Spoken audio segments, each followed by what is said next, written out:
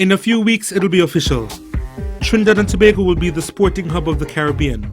The Twin Island Republic, known for dreaming big, having hosted the 2001 FIFA Under-17 World Cup, will be unveiling its $100 million mega investment covering the sport of cycling, tennis and swimming. SportsMax was able to get an exclusive look at all three facilities, the construction of which were funded by a loan from the Exim Bank of China. It's a dream which spanned 3 government administrations. So we had one that was involved in terms of responsible for the conceptualization, one administration for implementation, and the other one for now completion and utilization.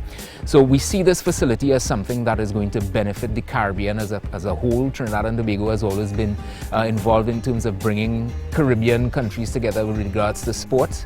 And we've played our role in West Indies cricket. Now we're doing so for a number of sports where we see the facility like this and the aquatic center and the tennis center as being hubs where I think what these facilities can do for those sports is like what Tiger Woods did for golf.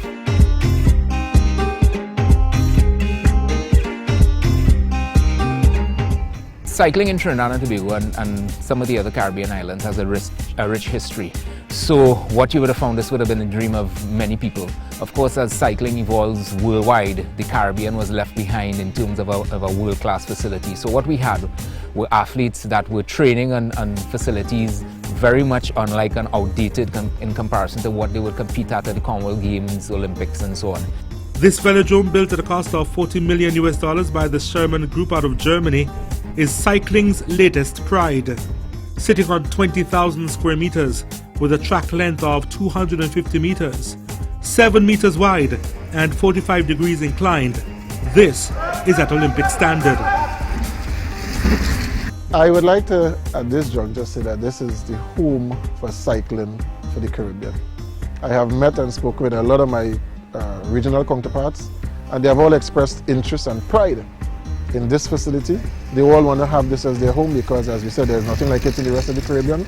There's also a massive investment in tennis. There are 9 newly constructed courts at the National Tennis Center, one of which is this, specifically for the staging of international matches. Seating capacity, 1,500.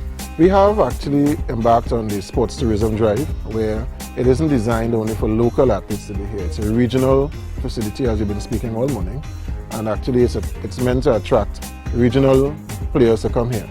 We have discovered that most regional players are actually going to the North Americas and Europe to train.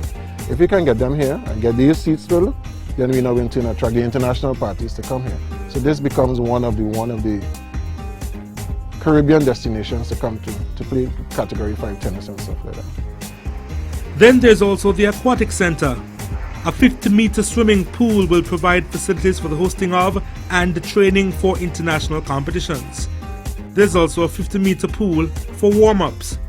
The objectives simple: to support high-performance sport, to develop on an incremental scale potential athletes for competitions at the national and international levels, and to encourage sport tourism by facilitating programs for visiting teams and international athletes during the winter months.